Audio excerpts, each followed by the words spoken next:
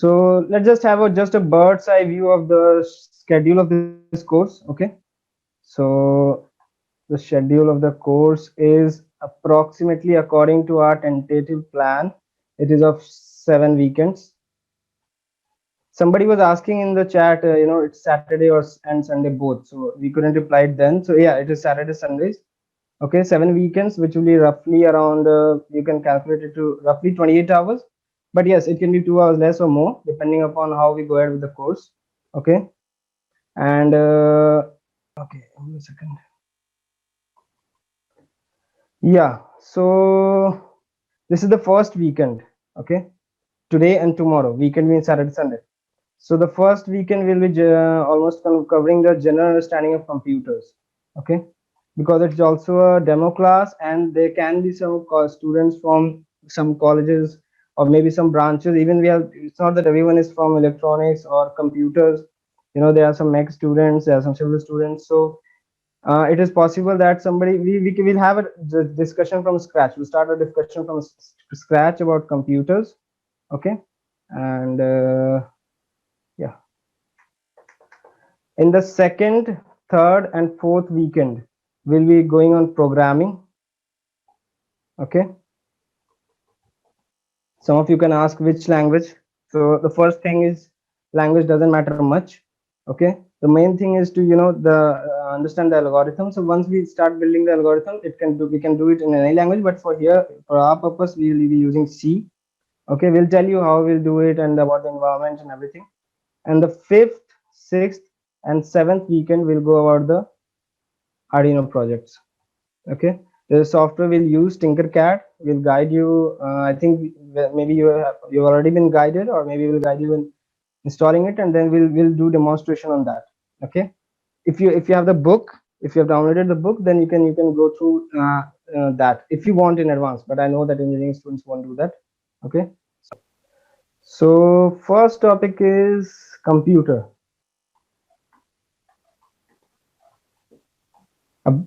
I can understand that some people might find it boring in the beginning, but we'll try to make it interesting. So what is a computer? It's a machine. अच्छा, कोई 3 idiot का example दे भी रहा था, तो machine क्या है, ये तो 3 इडियट में बहुत अच्छे से एक्सप्लेन किया गया है. Anything that reduces human effort. So what human effort? So see, machines started. What was human effort earlier? When humans were in the prehistoric times, so they mainly did physical work, like they had to cut a tree, they had to hunt animals. Okay, so they started making, once they started feeling the difficulty in them, they started making machines which help them in that physical work.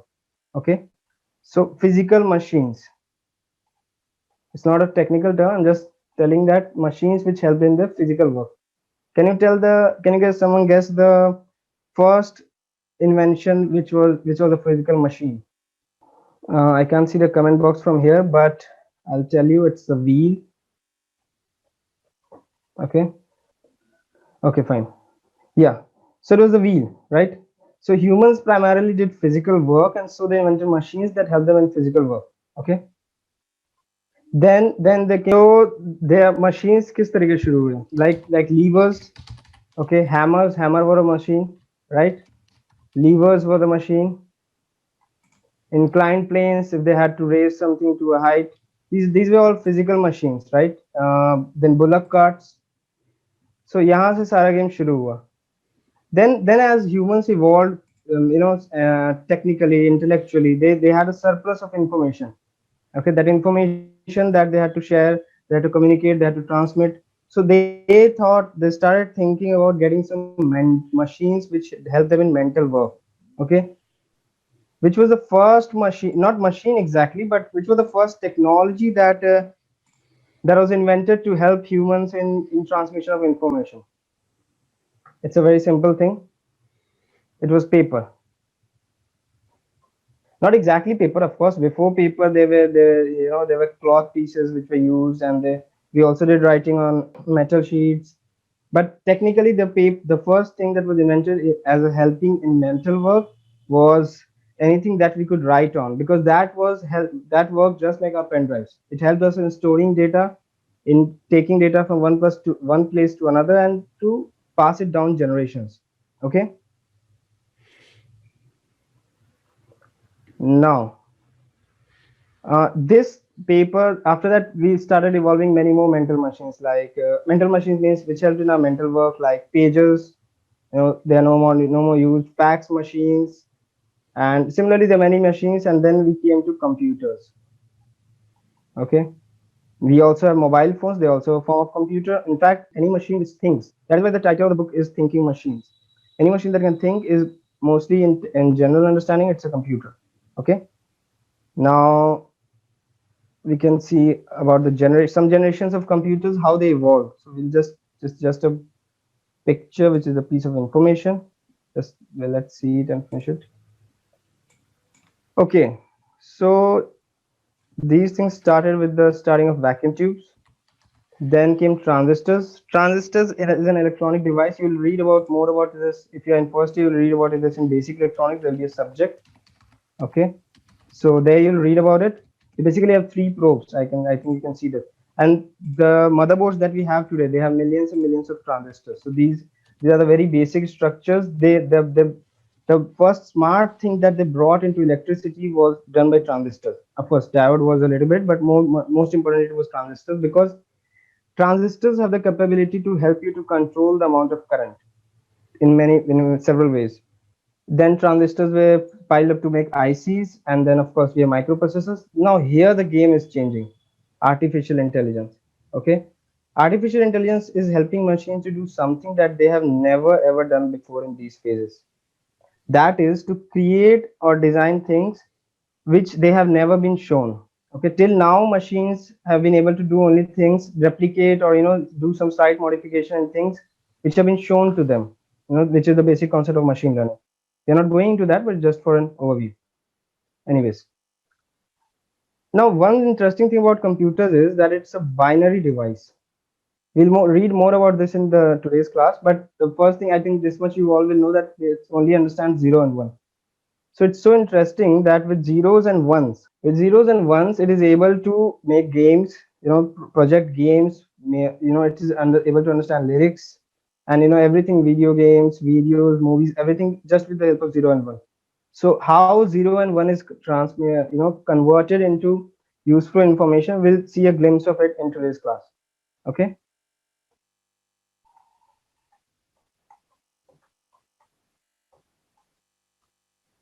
There are two parts about which all of us know: hardware and software. Okay, so I think this must be known to everyone, but we'll just wrap it up. Hardware is the physical part which contains the internal as well as the external things, peripherals, anything USB port, everything which comes into hardware, and software is just a set of instructions or programs. Software is basically something that tells the hardware what to do. Okay. Hold on a second. So hardware is like like a degraded government employee, and software is like the minister maybe. It guides the hardware about what to do with its powers. Okay. For example, we have a software like VLC Media Player. We must have used it. So it is something that if you're playing your favorite song, so that is the software which recognizes the lyrics of your favorite song, decodes it, and then tells the hardware, which is maybe your speakers, to which how to beat with what amplitude at what time. That is what produces the sound: amplitude, frequency, pitch. So this, how they have to be, the speakers, the membranes, how they are beating, this is controlled by a software. Okay. Okay, so some of you might be thinking that, okay bro, why are we discussing software, hardware? Okay, so I know that you know it. Okay, but there are some very common terms that we hear in our everyday lives which are related to these. For example, server. So what is this server? We hear this term, first time I heard this term, so it took some time. So what is this server? We have to understand this. This is the place where websites are hosted. So server is basically a hardware system, a computer which is connected to all other computers of a network. Okay, and it is responsible for the communication between those computers. Like for example, this is a central computer, and there may be 5 computers. Maybe you have a network in your office, LAN network, WAN network. We have all of them. So this server is the thing which hosts the send common information which can be supplied to different different computers. Okay. Then we of course hear the term operating system. We have Android, we have Mac OS, we have Windows. So what is this operating system? So it's basically the mother software of any computer. So we'll read about more about these terms. But the thing is that these are related to hardware and software which we should have a general understanding. Okay, it's not that we should only do programming. Of course, programming is the most important thing. But if someone asks us, so we should know about these things. Okay, so we'll try to understand these things in today's class. Now let's start with our first thing, which is hardware. Okay, so we'll learn about the basic computer architectures in this topic. Okay, we'll not go in very much detail, but we'll have a general understanding. So first we have to talking about people who do the hardware is what the guys who do the real work. So we have to first understand what are the general common works that is done by a computer. Like a computer takes input. Of course, the computer stores data, then it processes the data,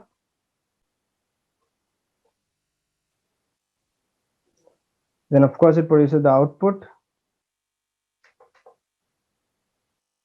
and then it controls this entire workflow. This entire workflow of the first four steps, which sometimes it might need to store data, then sometimes it might need to process it. We'll just try to understand it better with a picture. Okay, I hope you guys can see this picture. This is a general broad view of a computers. So the CPU has the memory unit, the control unit, and the arithmetic ALU. Okay, input unit, output unit. I don't think we need to discuss that. Everyone knows mouse, keyboard, all that things about the input and output unit. But yes, we'll discuss a bit about the CPU architecture. Okay, so we'll read more about it. So now, why we need to study? We need to know these things. We all have heard CPU from fifth class only, central processing unit, central processing unit. But for example, there was a time when I had a confusion about what is the difference between a CPU and a motherboard. Is the CPU the same as a motherboard, or does the CPU have the motherboard, or does the motherboard contain the CPU? Okay, and if you just try to think on this question, the first answer that will come in your mind will be that the CPU contains the motherboard. Why? Because we have seen those big PCs in our homes where if you open the CPU for dusting, then you will find the motherboard inside it. So we feel that okay, that entire box is the CPU. But no, it's not like that. Actually, motherboard is the main circuit board of the computer that contains all the various components. Okay, and one of these components is the central processing unit, CPU, which is installed on the motherboard. So basically, CPU is just a part of the motherboard, and motherboard is in the form of a chip. We all know that. Okay, so hold on a second. Yeah, so CPU is basically the brain of the computer. It does all the thinking part, and it contains of three main parts. Okay, first is the ALU, which does all the data processing. We'll read more about it. Then is the memory and storage unit. Okay, and then is the control unit.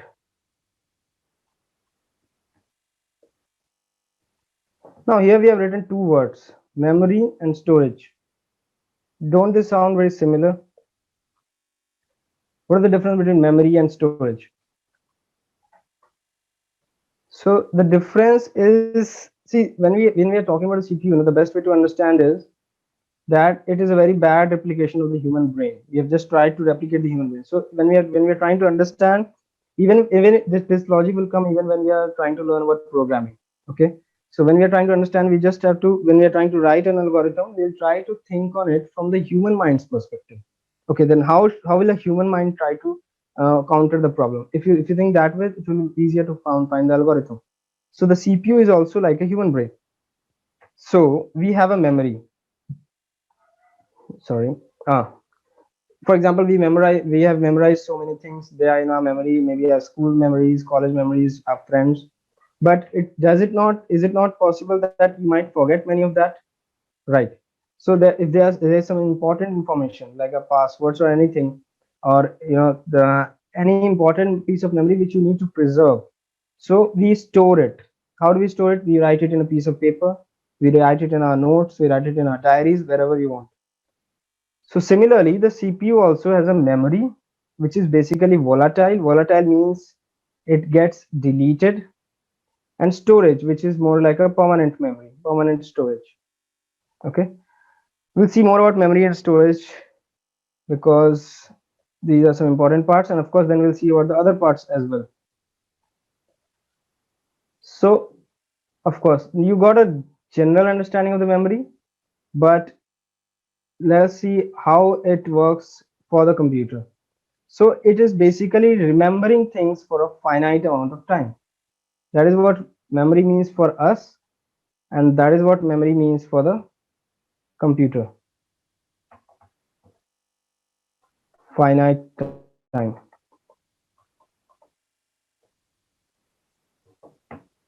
Okay, as we discovered, memory is volatile. Hold a second. Volatile technically means that it gets erased whenever the power goes off. Okay, so the things that are stored in the computer memory exactly means RAM, cache memory. We'll read about them in detail in later parts, but just remember that they get deleted whenever your power goes off. Okay, so they basically store intermediate values. They store the inputs for the current program, the intermediate outputs. For example, in one step of a program, if you got some output, that will be stored there. So these things are stored in the memory, and the one very good example of that is the RAM, random access memory. We'll study it in detail now, but that's an example of RAM, sorry, memory. It is volatile.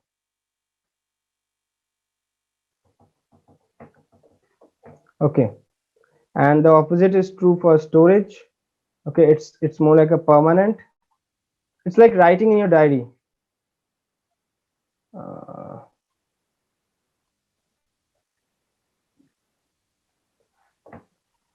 it's non-volatile, we know that.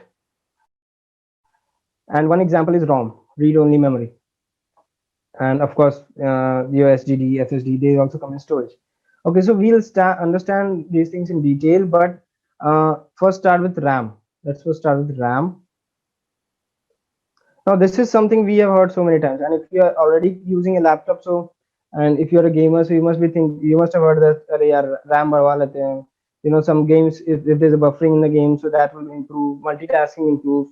If you're using too many tabs on your browser, especially Chrome, it's a very heavy browser, so you will find that it takes a lot of time to load, and especially to when you switch tabs. So if you have an old computer like mine, so less RAM affects that. So basically RAM helps in the if when there is too much of data flow, the RAM facilitates that.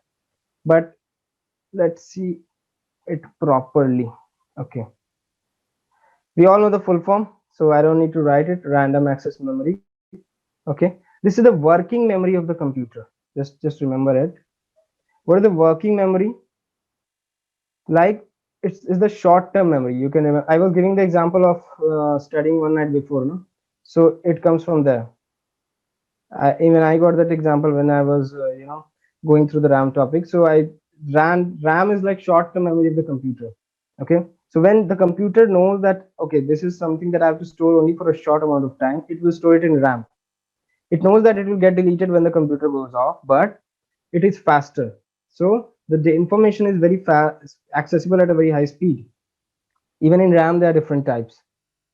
Okay, so like what are these informations which we need to store for a temporary amount of time? For example, if a program is running, okay, so the instructions of that program, the code of that program, it gets loaded into RAM.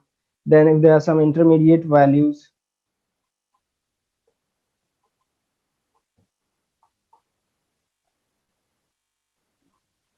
uh, some results, if you're running a program and there's some result which has come, so first it goes, everything which is going in fast motion, it goes through the RAM. Okay, Maybe if you are storing it for a long period, then later it will go into the ROM, but first it has to go into the RAM. Or if you have a program, if you have written a code, if you have written a program, and it is stored somewhere in your computer. Okay, so it is stored in the permanent memory of your computer.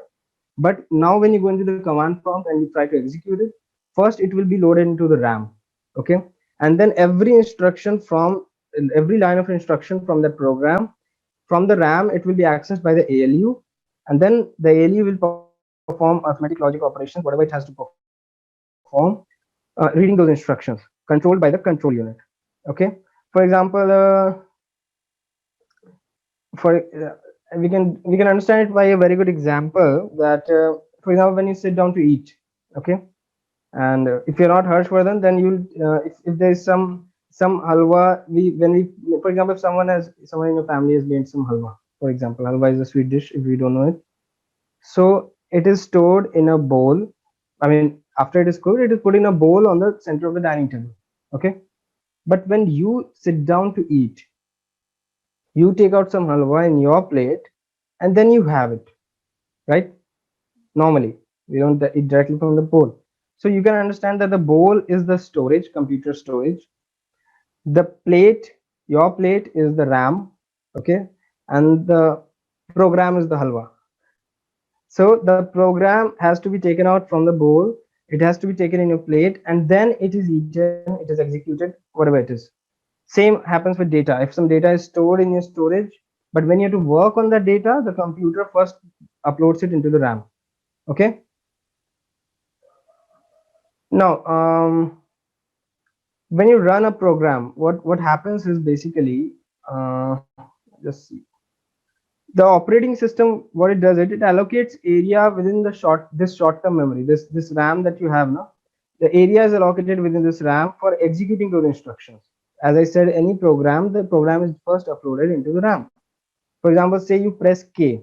Okay, maybe you are typing and you press key. What happens at that moment?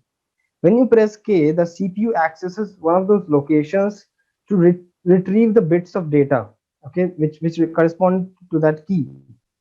Once the CPU gets it, it can also perform functions on that data, like for example, if instead of pressing K, if you press Shift plus key. So after it gets the data, it knows that okay, I have to turn it into capital, or maybe I have to turn it into caps small, whatever it is, depending upon your caps lock.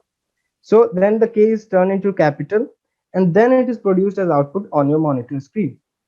Okay, so all this process, it takes some time, and this time is called the latency. Okay, hold on a second.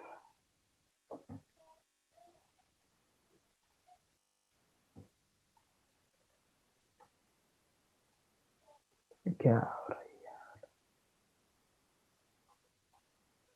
So latency is a property of the memory.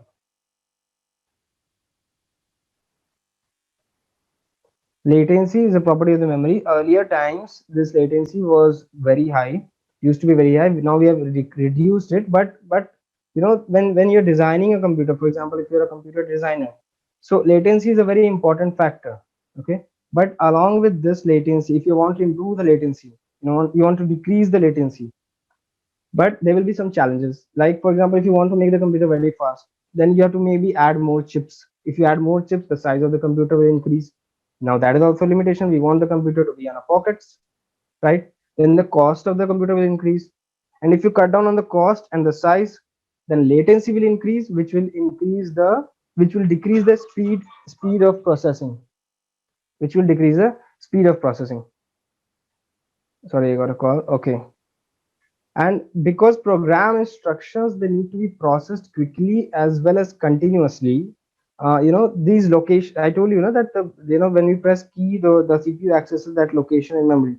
So since we want these processes to be very fast, so the RAM locations have been designed so that they have the flexibility that within a short term memory they are free to be accessed in any order.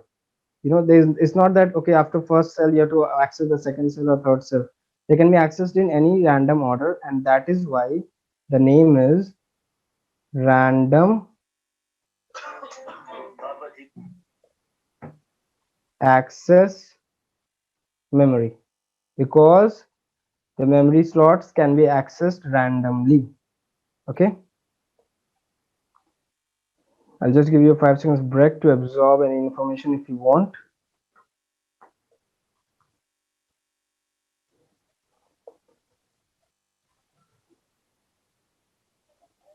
Cool. If anyone wants to ask anything in between, they can ask it. If the problem of mute is there, then you can of course comment it, and then Harsh will take care of it. Okay. So now RAM, we keep saying that. Let's Yeah. somebody asking to explain it again, the latency principle and how Okay. we keep it in Yeah. RAM. So Cool. yeah, Cool. you'll have Yes. a chat window there. उस पे click करने के बाद you will see all those messages that they are asking. It's okay, Harsh. You are there, so you can keep tab of that. And if Yeah, yeah. someone comments like that, you can tell me. Okay, I'll explain it again. See, okay, let's understand it this way. For example, what I'm telling is that nowadays our computers have become so fast that we don't experience any delay in slow. For example, if you're copying a movie, okay, it's a full HD Blu-ray movie, 5.8 GB or 8.4 GB is Bahubali 2, the conclusion. So when you copy it, you see that it takes so much of time. What I'm telling is that a similar type of thing happens when you press K when you're typing, but it's such so instantly it happens. It's almost the latency of modern computers, if I'm not wrong, is it's around 100 nanoseconds roughly.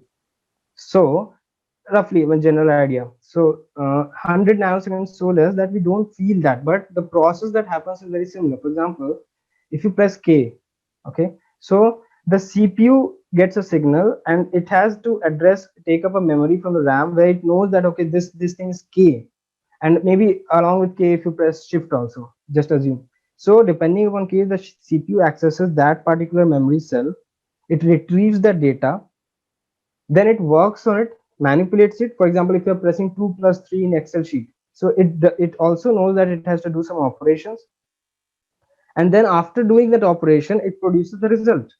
Okay, even if you're not pressing shift, even if you're only pressing K, then also there is some operation that has to be done. So this entire process, this bypass that happens, this takes some time, and this is called the latency of the memory.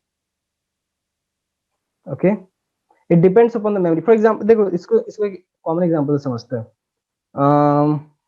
For example, you live in hostel, just assume अभी वही example दिमाग में आ रहा है, and you gave your charger to someone else, you gave your roommate's charger to someone else. Now your roommate came back, now you want to get the charger back, so now you will go to his room and you will get the charger and you will come back. Now if he's sleeping, okay, now that his room is the memory cell.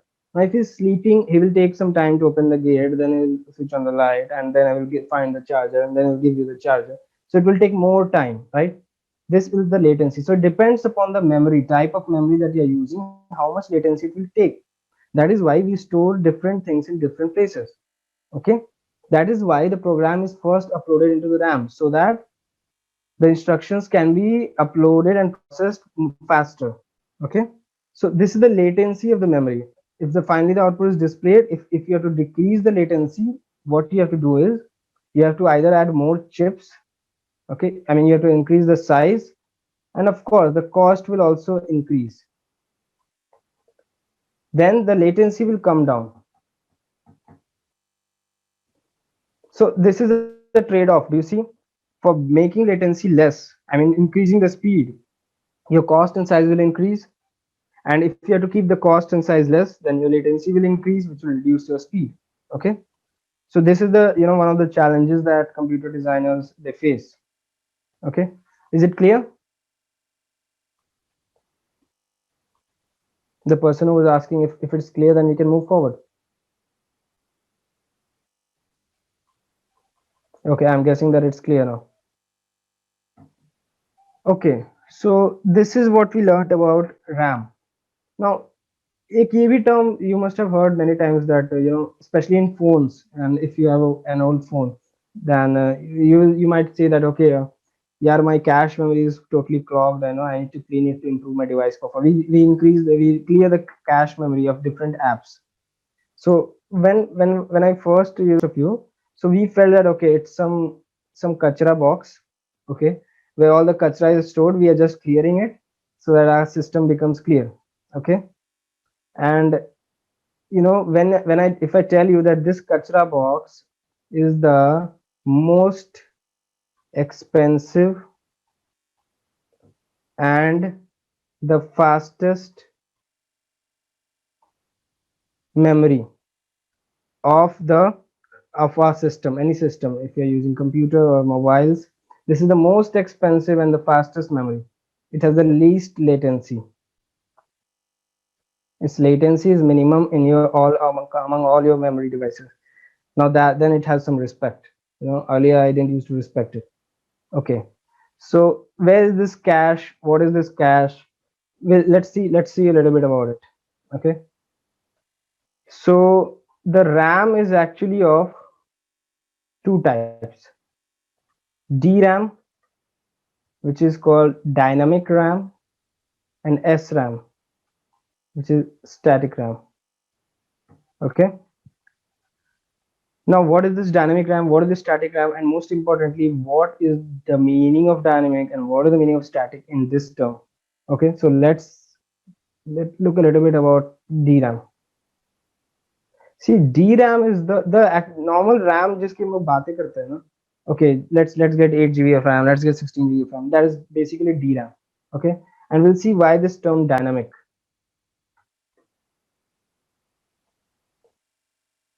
So it is the most commonly used RAM. It is cheap. Why it is most commonly used? Anything which is most commonly used, it is cheap, and it is also small in size compared to SRAM. Okay, it is made up of memory cells. Okay, in fact, anything in computers mostly it is made up of memory cells, and these memory cells, each cell contains actually a tiny transistor and a capacitor, one each. Now, if you remember a little bit about electricity, I'm guessing that you do more than me because you've just come into college. So capacitor is something that it can cause the leakage of charge. If you just leave it charged, it can cause the leakage of charge. This is the thing that happens. If you charge your phone and you leave it for 10 years, it's not that it will have the same amount of charge. Even if you're not using it, even if you've switched off your phone, it will discharge at a slow rate. Okay, so this is because batteries contain capacitors.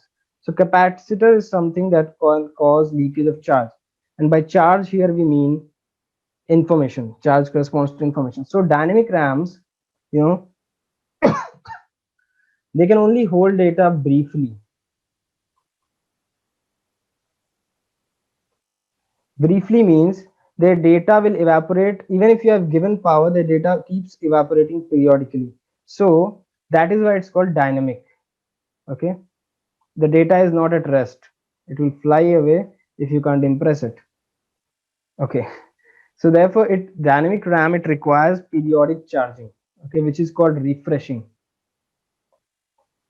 There's a refreshing circuit on which it is hooked, and that keeps, actually what it does is it keeps rewriting the data on it.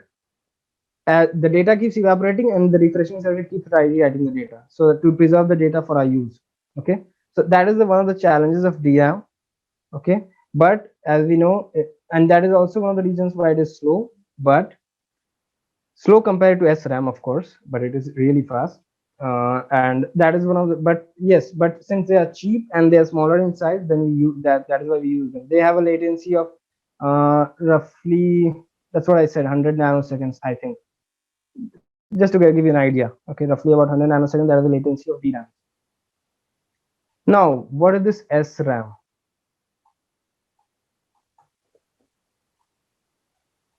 Of course, S stands for static. Now, do you remember why it was called dynamic RAM? It was called dynamic RAM because the data was dynamic. It used to evaporate from time to time. Time to time means on a periodic basis the data evaporates and you have to keep rewriting it. So the data is not stable on the RAM. That is why it is called dynamic RAM. Now static RAM, of course, the opposite thing will happen. So it has no such issues. Why it has no such issues? Because it basically consists of six interconnected transistors are there, and that's it. So there are no capacitors which can cause leakage of charge. That is why the data that is stored in static RAM, it will not evaporate on its own. of course, as long as power is there, because everything is ultimately RAM, and we know that RAM is a volatile memory, so the data will evaporate as soon as the power goes off. Power is must to store the data, but as long as power is there, you don't no need of a refreshing circuit.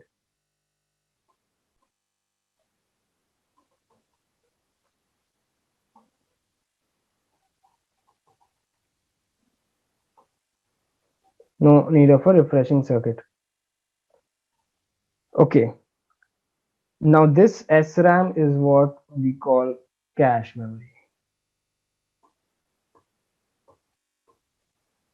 जो cache memory बोलते हैं ना, इसी को बोलते हैं. And as I already told you, okay, this is the most expensive but the fastest, but its size is almost 3x DRAM. So if you want the same memory in SRAM, you have to give, this is one of the reasons why we don't want too much of cache. I mean, to come, this manufacturers can't keep too much of RAM because it occupies almost 3 times the size of a DRAM. Okay, and that's very evident because a DRAM, one cell of a DRAM has one transistor and one capacitor, while the SRAM has 6 transistors. So from there also you can guess that it is almost 3 times the size. Okay, now that is about SRAM and DRAM. If you want, I can explain. If is there any doubt to anybody?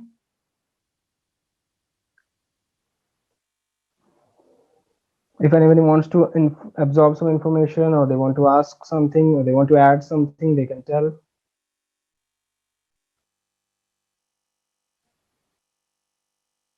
Okay, shall we move forward, Harsh?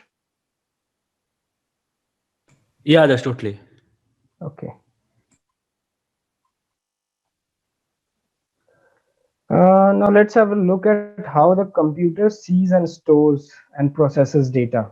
Okay, this was all about the storage part. See, what we discussed till now, as you remember, if you remember, there were 3 parts in the CPU: memory and storage, then there was the ALU, and there was a control unit. So we are on this one. We first understood the hardware about the memory and storage.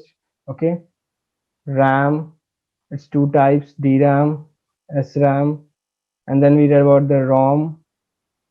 Okay, it's the permanent memory, so primary memory, secondary memory. And but yes, but this was about the hardware part, but you also have to understand how the software inside it processes the data. Okay, so we'll discuss that here. Now I think this is known to everybody that a computer is a binary electronic device, basically a binary digital electronic device. This is something, if you read the first book, then they say things like this. Now I'm sure binary meaning, you must have idea that okay, it uses only, bi means 2, nary means number, so it uses only 2 numbers, 0 and 1, because it's an electronic device. It works on electricity to it, so it, on the root level, it only understands 2 things: on, sorry, on is here, on and off, right? So if the circuit has electricity, then it is 1, and if it doesn't have it, then it is 0. So that is understood. Now coming to digital. Digital means something that has digital components. Now what are digital components? Digital components are like, diodes, mostly transistors. Nowadays the computers, the basic physical structure has lots and lots of transistors.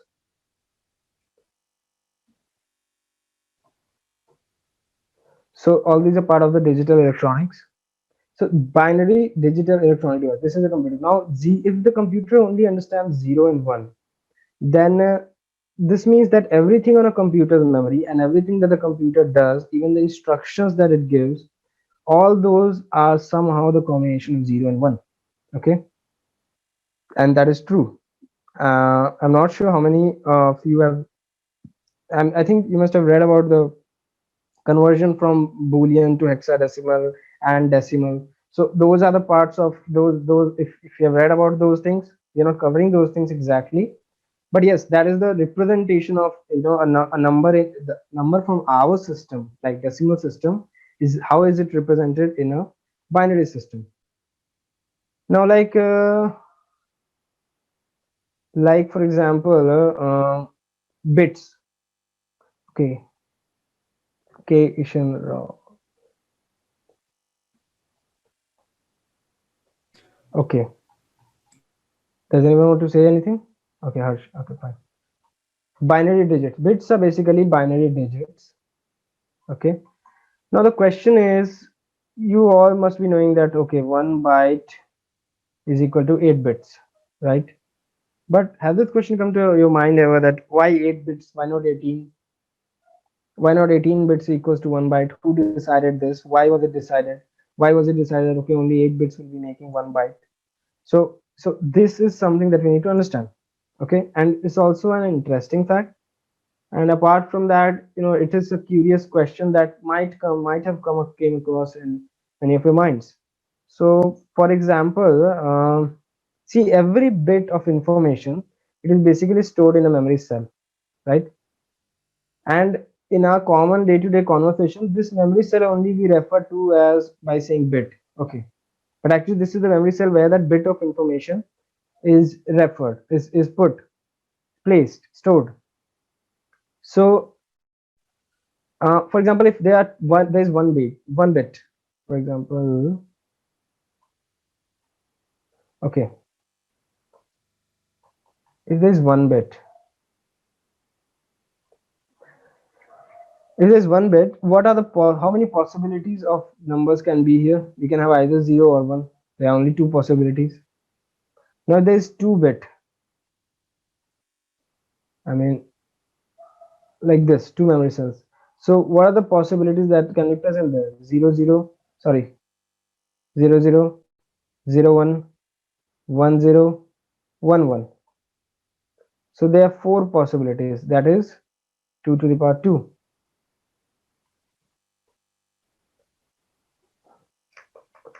Similarly, if you have 3 bits,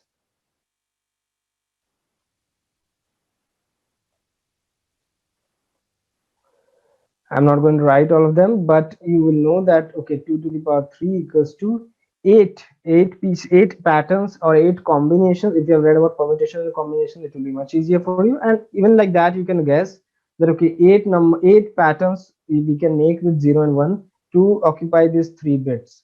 Okay. So similarly, if there are 8 bits, how many patterns can we make? How many numbers can we make?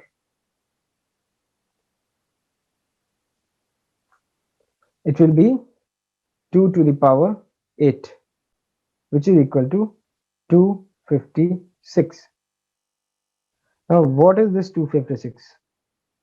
See, what happened was when the computers were first being organized, there was this ASCII code. Okay, if you don't, ASCII,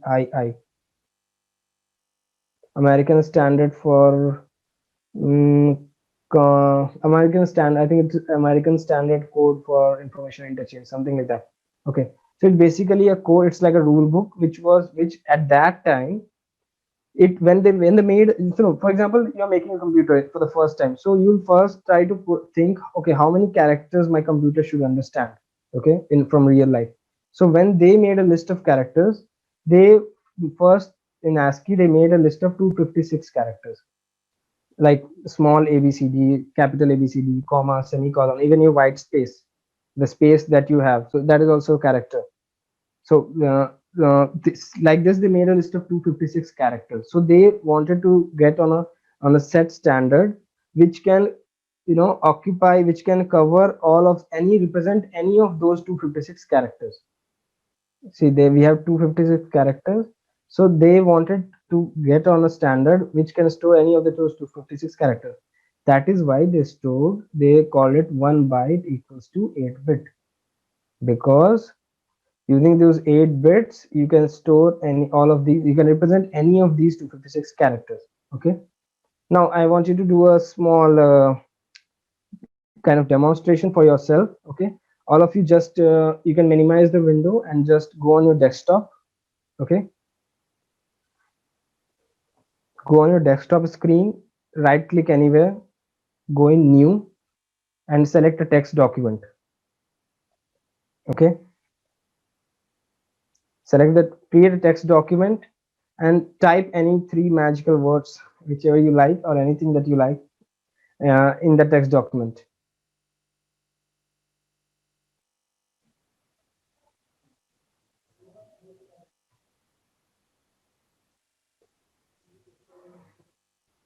Yeah. After you write it, just save it. Just close the document and save it.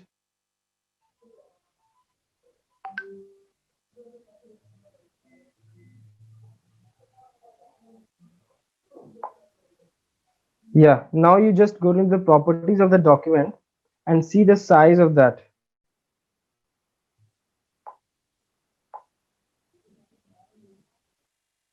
Do you see that the size of the file is actually, you know, corresponds to the number of characters that you have put in your file?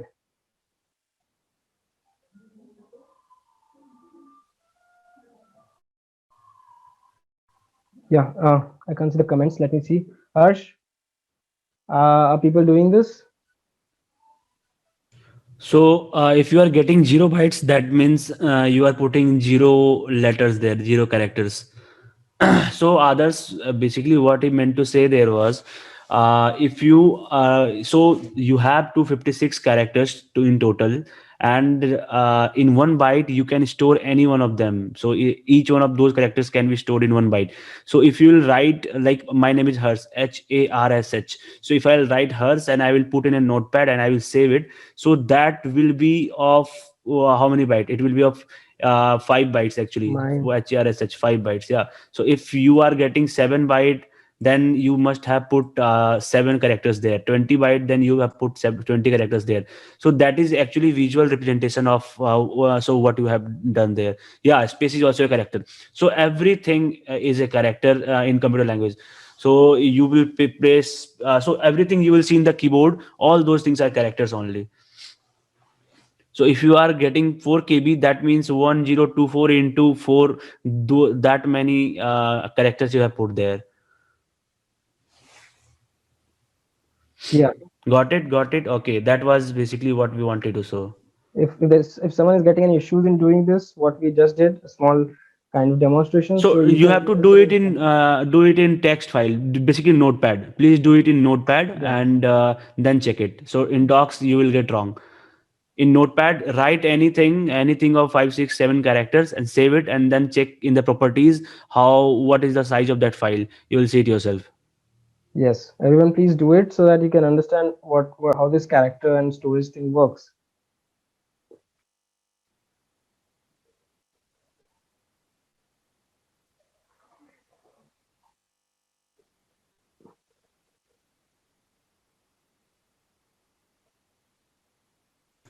Yeah, Abhishek, document basically. Text means your notepad. Notepad, yes. So if you will write 2 character, the size of the file will be 2 bytes. If you will write 5, the size of the file will be 5 bytes. Yeah, 5 bytes. So 1 byte, so in 1 byte, 8 bits are there. So 1 bit is basically your on and off. Okay, I think others will have to start from there. Okay, you want me to explain that again? That part? Each character have 1 byte.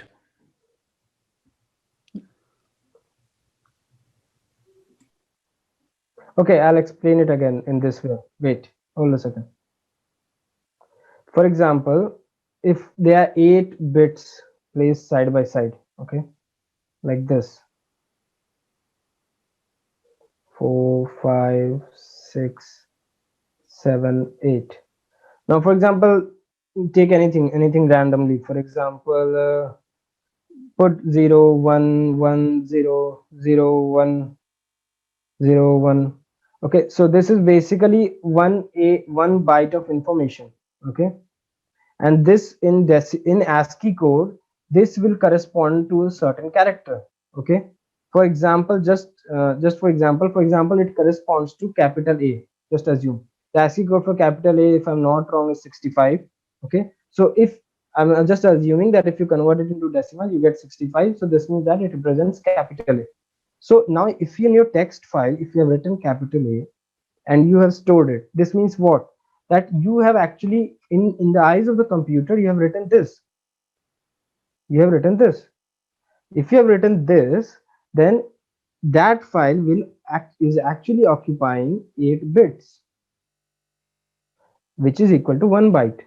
So if you have written one character in your text file, the size of that file when you save it will be 1 byte. If you have written 6 characters and one space and again 3 characters, so space is also a character in ASCII. So 6 letters, then a space, then 3 letters. So 6 3 9 plus 1 10. So 10 bytes, because every letter and a space will be occupying a block like this, a block like this. So if you have written 10 characters, so the file size will be 10 bytes. Okay, and this will only happen in text documents, notepad or any other .txt file that you use. This will only happen there,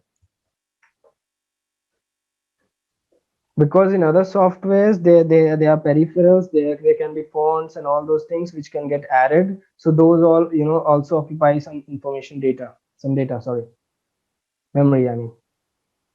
Okay, is everyone clear, or does anyone want me to explain this in some other way or anything and does anyone want any extra light? Everyone has got the notepad thing? Have everyone of you tried it and done it?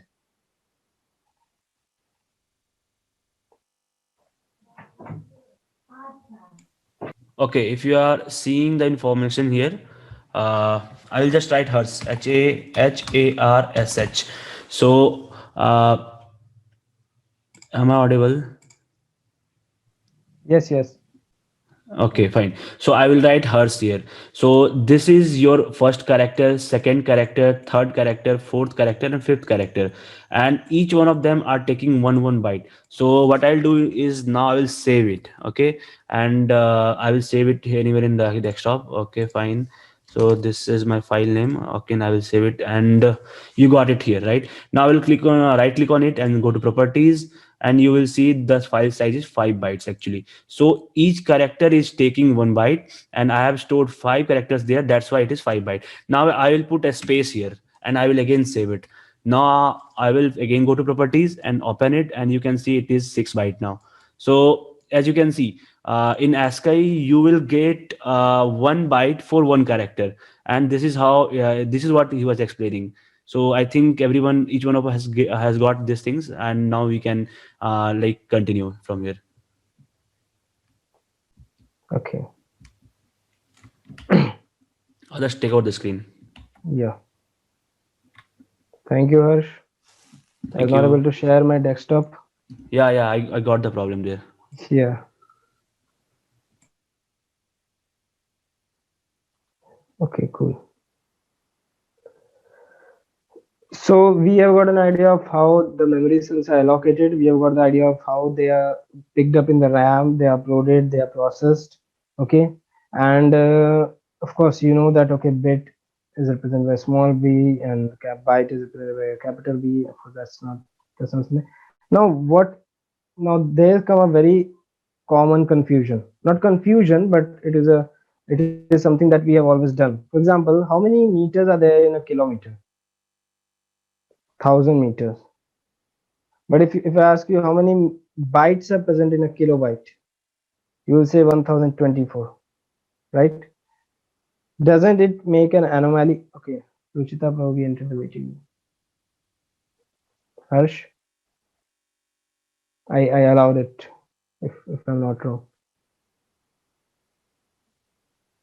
Okay,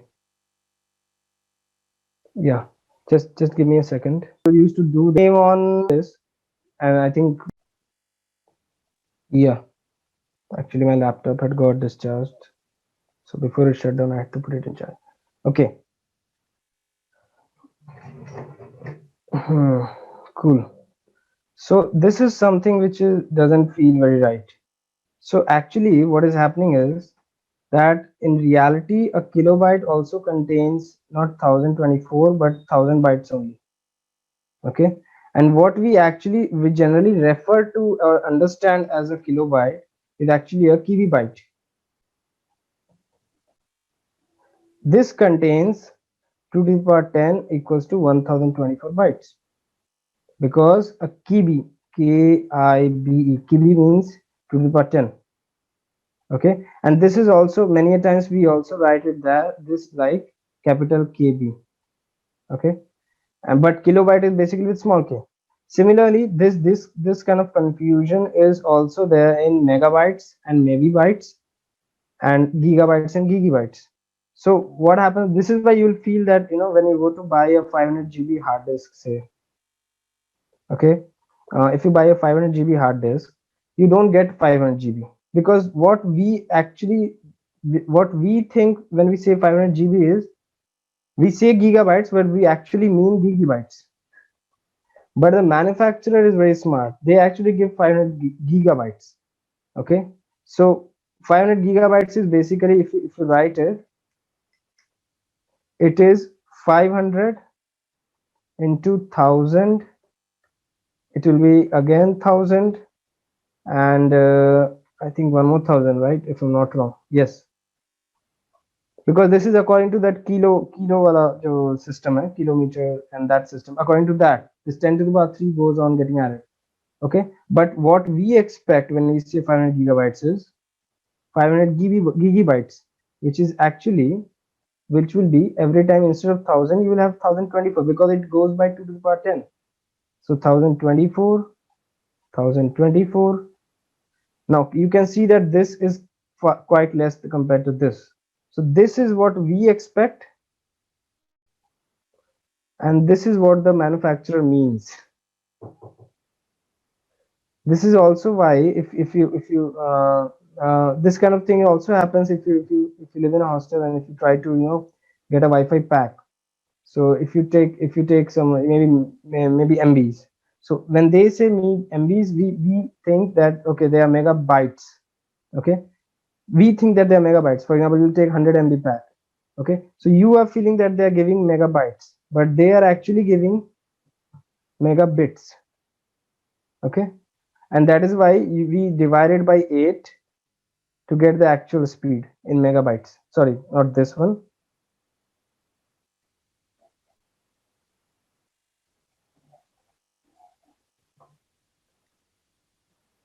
This one we divide by 8 to convert it into megabytes. Sorry.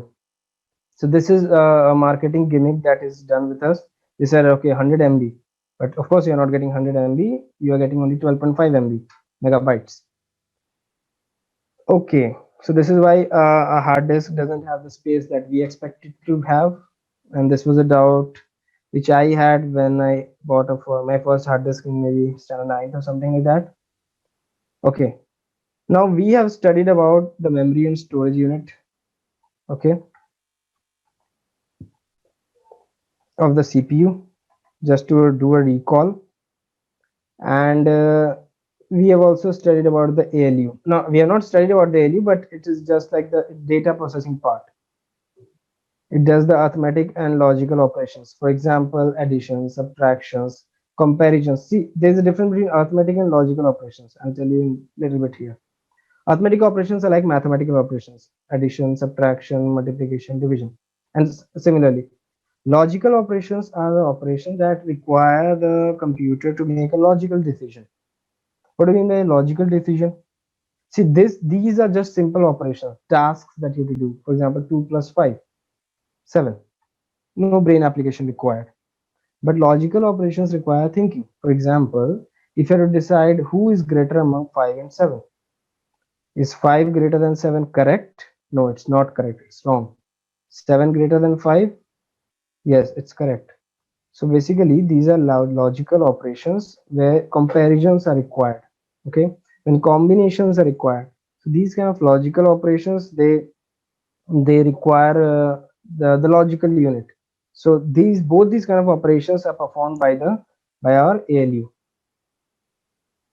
Okay, yeah.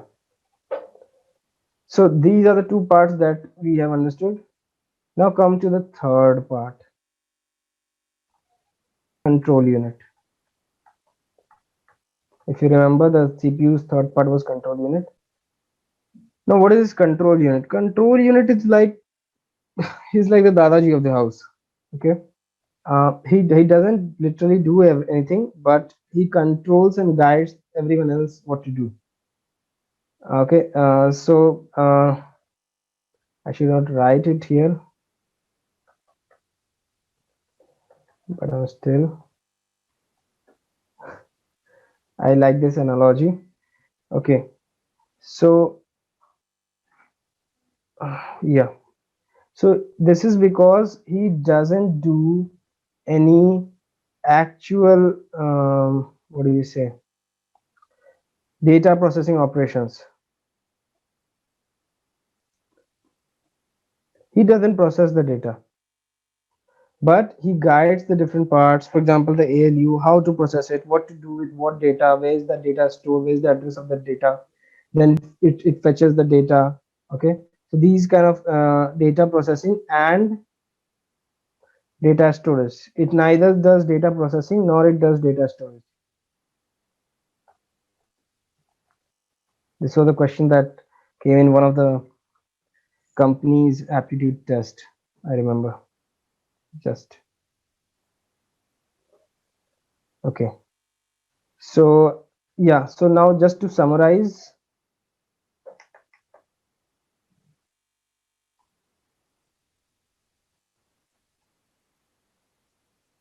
yeah, we read about the CPU. It has three parts: the ALU, arithmetic and logical unit, the memory and storage unit, and the control unit. Okay, so the control unit basically controls, coordinates, and communicates between the different parts, and that coordinates them. Okay, Okay, others, can you interrupt for a second? yeah, yeah, Bhagya, you don't have to write any notes. All these things are already discussed in the book. So these things are in detail discussed in the book, and you can go through it. You don't have to write notes. And if you want to, so she wants you to scroll up. She's writing something, I guess. okay, okay. If you want, I'll scroll up. Hold a second. Which part, Bhagya, do you want me to scroll up to? If you can tell me, then I'll scroll up to that part.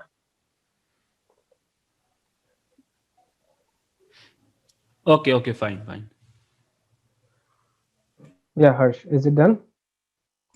Yeah, yeah. Others, you can go ahead. Okay, fine. If they want, we can actually, make a PDF or something of this type, this all, and we can send it to them if you want. But I think all of these, mostly these things are, they're discussed in detail in the book. So the Thinking Machines one book, you'll find most of the things there. Yeah. Okay. So yeah, we read about these three parts, and this is giving you a general idea of the CPU. Okay, I'll let us see a picture here.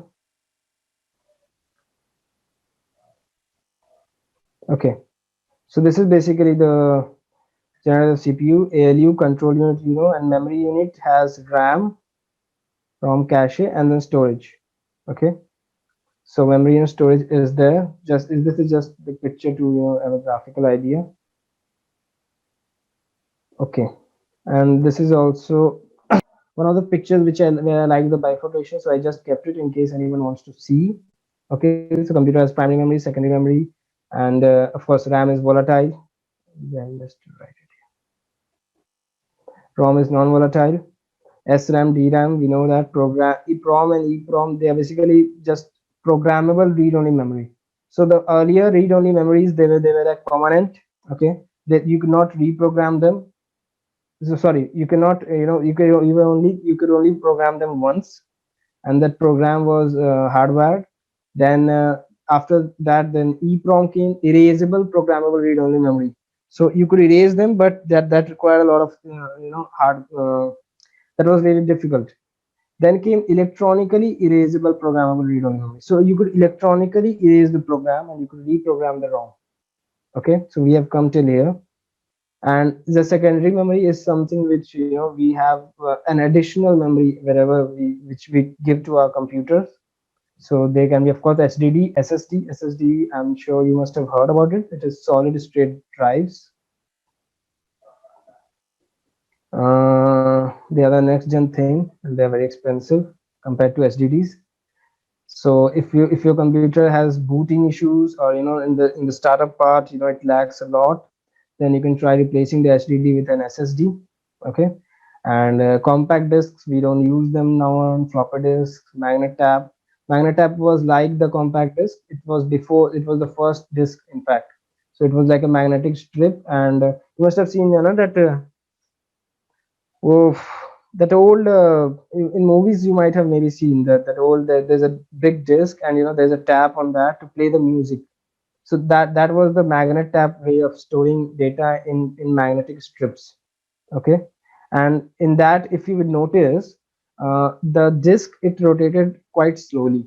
Okay, because the data was was stored magnetically and not optically. But when we had optical disks, like our DVDs, if you see them, they have a shine in them.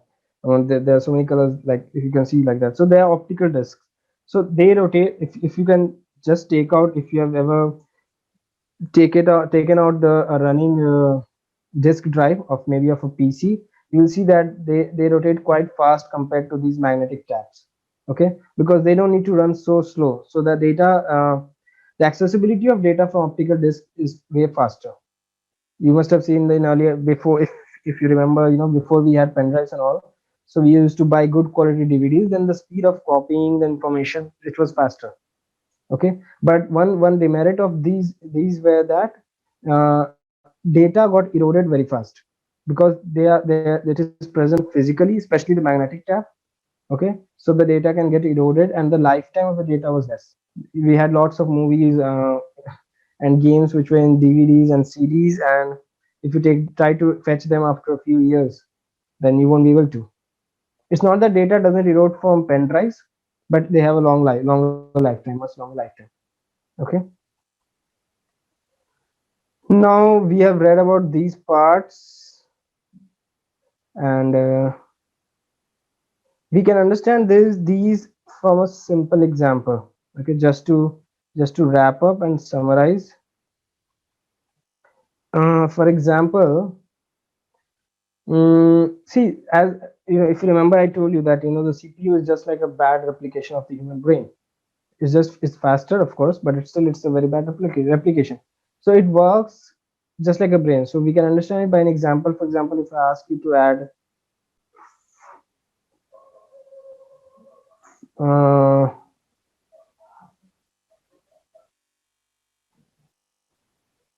if we have to add this, okay, so what do we do? Okay, this is 1, this is 1, 3.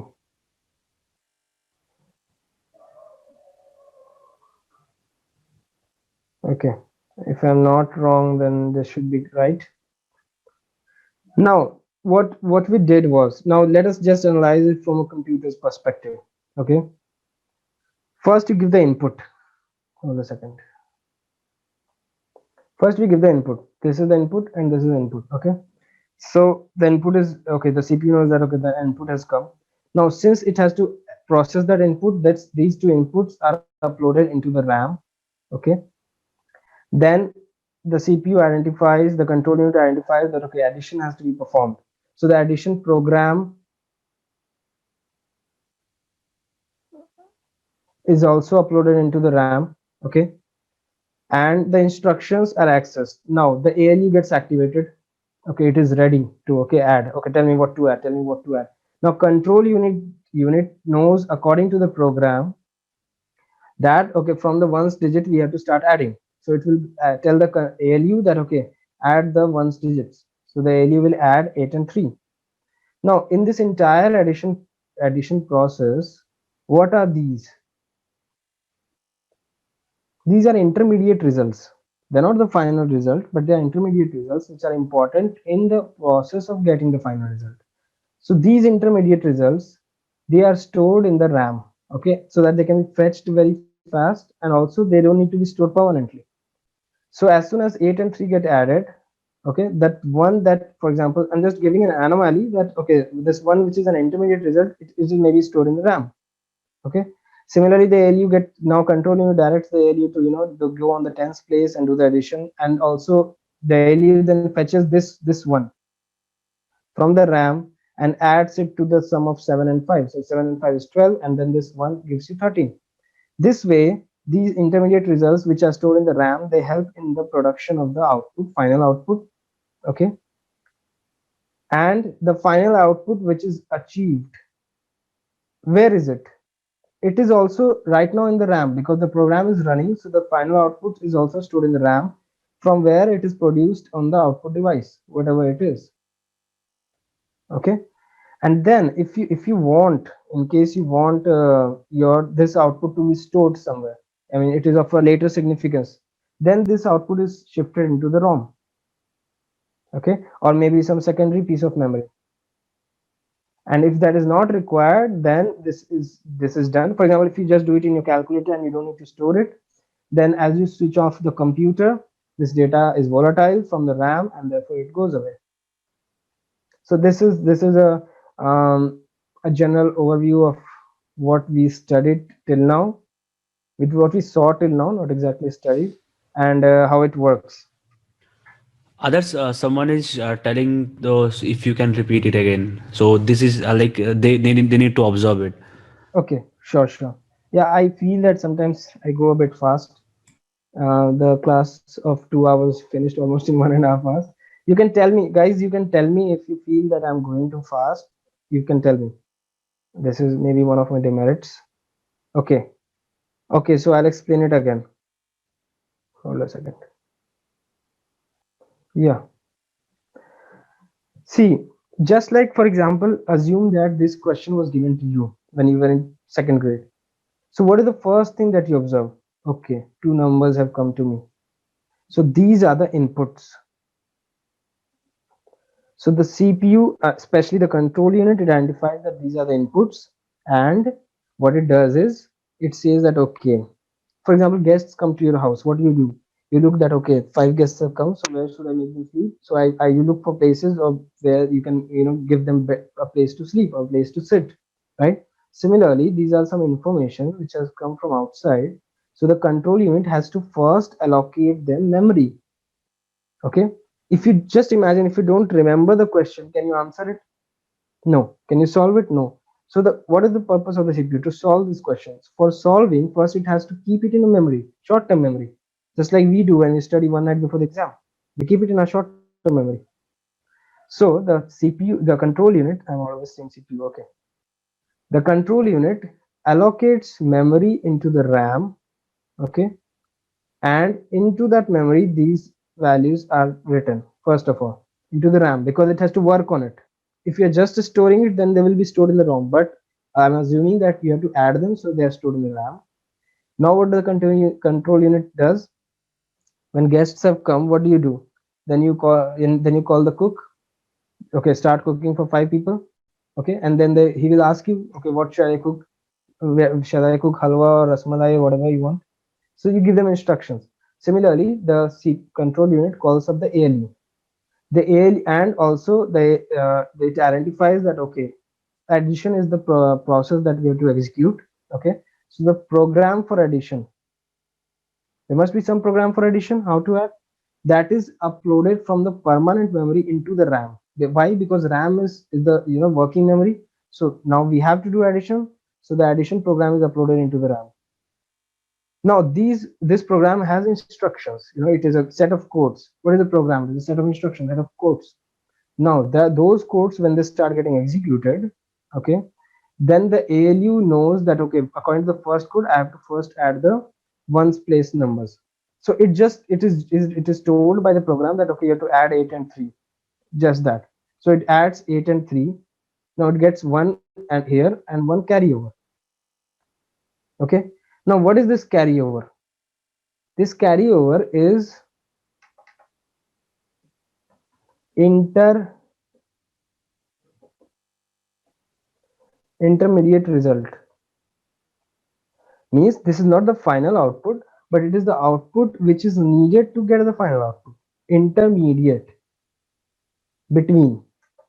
Okay, similarly this one is also an intermediate result, this is also an intermediate result. So we know that the intermediate results are stored in the RAM because we don't intend to store them permanently. Okay, so as you get this one, this is stored in the RAM. Again, how it is stored? The control unit allocates a memory space in the RAM. Okay, this is the address, this is the bed on which you have to sleep. So this one will go and it will sleep on that bed. Okay, one bed, one memory address has been allocated. Now again the ALU gets the second line. Okay, the second code, the further code from the additional program. Now it knows that okay, I have to add the tens places, and also this one is again fetched from the RAM. It is brought back. Now the ALU, it adds this one to the sum of 7 and 5. So 7 plus 5, 12, and 1, 13. Now it again stores 3, and see, these are also intermediate results. This 1 and 3, as you go get them, they are intermediate results. So all of them are getting stored in the RAM. Okay, so these all intermediate results, they keep getting stored into the RAM. Again, they are fetched when they have to be added. Okay, and this process continues till you get your final answer, which is 7331. Now if it is just to be displayed, okay, it goes to the output device from the RAM. It is displayed there and is done with. Now if it is some output which you need to store, you're storing it, then it is shifted to ROM. Okay, or any secondary device, not just ROM, where it can be stored permanently for a longer period of time. So then you can fetch it even when you switch on your computer after 2 days. But if you don't shift that, okay, if it is not shifted, it's only in the RAM, you switch off your computer, it's gone. That is why you will see that if you use a scientific calculator, what happens that if you're using it, so I always, when I was young, I used to think that okay, there's a separate button for off and there's a separate button for clear. So there must be some reason for it, right? And you will also see even in your phone calculator sometimes that if you're using it, then you can even go to the previous calculation that you did. Okay, but once you switch it off and then you switch it on, then those calculations are not stored, so you can't access them anymore. Just try it if you have a scientific calculator. So this means that those previous calculations that you did, they are stored in the RAM and you can access them at the same time, but they are not shifted to permanent memory. So once the power goes off the power of your calculator is gone, if you switch it on, then you can't access that thing because that has not been permanently stored. Okay, I'm hoping it should be clear. If there's anything else you can tell me, or any previous topic also which you want, we should discuss a bit more or something like that. So one is your hard disk drive, one SDD. So in that you will find a cassette kind of thing. So these are the hard disk drive that we generally have in our PCs and what we generally buy. These are of 1 TB, 2 TB, and all those things. So this is the hard disk that we have. There's a laser cassette used here, and this rotates at very high speed at very high RPM, and by magnetization it stores data inside it. So these are the hard disks that we have externally also and inside our CPU, inside our PCs also. But talking about SSD, so these are basically your solid state drive, all those so pen drives you see or your what did say, those chips are there, right? So SSD chips of SanDisk and all that we use in our phones. So those are solid state disk and those are SSDs. So in this rotation happens and data is stored like that, and in this it is stored in that solid disk. So now the computers that we are getting, so earlier these hard disk drives were like vulnerable to many things, like it was rotating and it is in physical motion, so it is vulnerable to damage, it is vulnerable to different things, different problems were there. So that's why, and it was also slow as compared to SSD. So that's why we are now getting SSD option in laptops currently. So basically now they are replacing the external memory of your PC with SSD. Earlier it was with HDD, that is hard disk drive. If I'll show you my the photos of HDD and all, so this is your hard disk drive, and this is how it looks. I will just come back. So this is how it looks. So it may be pre-installed in your PC. You can buy it externally also. So this is of Toshiba, as you can see, and in this you'll find one disk kind of thing, and that is actually a magnetic disk, and it rotates at very high RPM, and we fill information there magnetically. So if you want to go deeper into this, how they store data, you can refer to the book or refer Google. So it is put everywhere, and these are the very basic things. These are all the pictures of your HDD, and this is your SATA SSD. So this is the card that we are talking about, right? The solid state drive, it is up to 40 GB. So here no, you will find no disk. It is actually very fast, and all those pen drives and memory cards are basically SSD only. Satyam has asked that, okay, if we clear cache, what is actually cleared? Is Mhm. any of our data deleted? No, Satyam, I think you have a very latest phone. If you had an old phone, so you would have known that, okay, we keep clearing the cache for our apps. Some of the apps like Chrome, it takes a lot of cache. So why it does that? I'll tell you. For example, you must have noticed that if you have sometimes you have a slow internet, if you are opening a new website, it takes maybe 4 5 seconds to load. But once you've opened it, if you go to any hyperlink, okay, and then you go to some other thing, but then when you press back, then when again that web page comes, it comes very fast, it comes almost instantly. So why does it happen? If we had the same internet, if it's taking 5 seconds to load, so when you press back button, it should again take 5 seconds, but it doesn't take, because once it is loaded, the thumbnails, the pictures, and on the data, many, the more important, the more bulky things of that web page, they are actually downloaded and they are stored in cache. So that this is done by Chrome, so that you can do smooth surfing. Once you've visited a page, it should not be like every time you go to that page you have to download it completely. So those kind of stuff, the intermediate results, the thumbnails, these kind of things are stored by various applications and softwares in the cache memory, so that when you're using that application, that process becomes smoother and it consumes less data. Okay, so those things are stored in the cache. So if you clear it, maybe you visited a website 2 years ago and the thumbnail of that website is still there. If you clear it, it's not some important data that you might be losing. You will I hope see I've the answered. same thing when you will open the Electroverse website. So when you will open it for the first time, it will take some time, but when you will open it again, it will be faster because many information are cached in your your internet browser, and it is saved there in some location in your C drive. So when you will open it again, it will be faster for you. And if you clear it, then you will have to download it again. It will be slow again.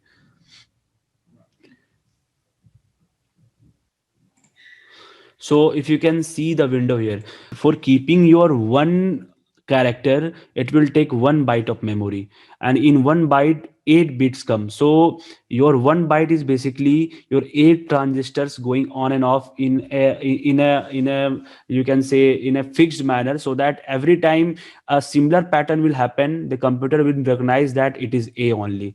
So in that way, if some other pattern will happen, then computer will recognize, okay, it is B, it is C, like that only. So 8 bits are there. Bits is basically your transistors turning on and off. So if a pattern of 8 bits happen there and your computer recognize it as A, so that's how it prints A for you in the screen. So the thing is that if I'll put one character, that means that one character is basically your 1 byte and 8 bits.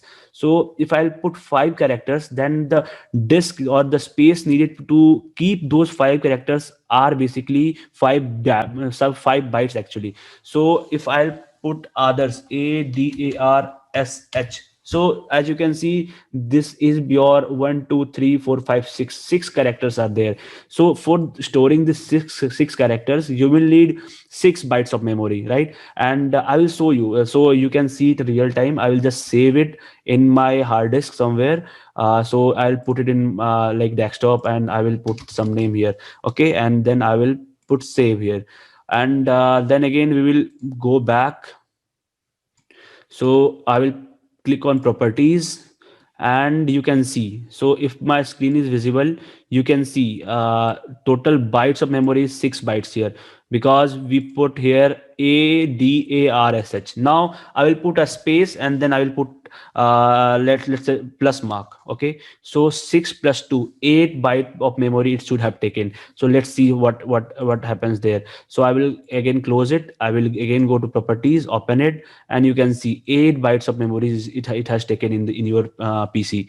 So this is how it works. So if you are having like others has told, if you are having memory of 1 terabyte, so that means you can have 1 byte. So in 1 KB you will have 1024. So 1024 into 1024 into 1024 into 1024. So that much of characters actually you can hold in your total PC for 1 terabyte of memory. So I think I am clear on my point. Am I?